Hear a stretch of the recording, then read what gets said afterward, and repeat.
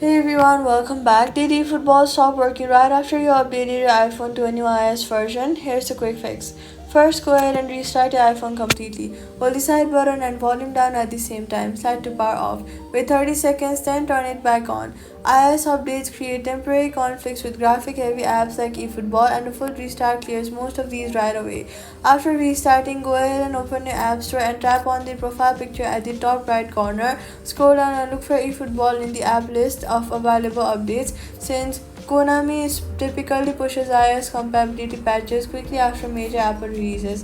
Tap update immediately if one is showing. If there is no update yet and it is still broken, go to your settings, then go to general, then go to iPhone storage, find eFootball and tap offload app.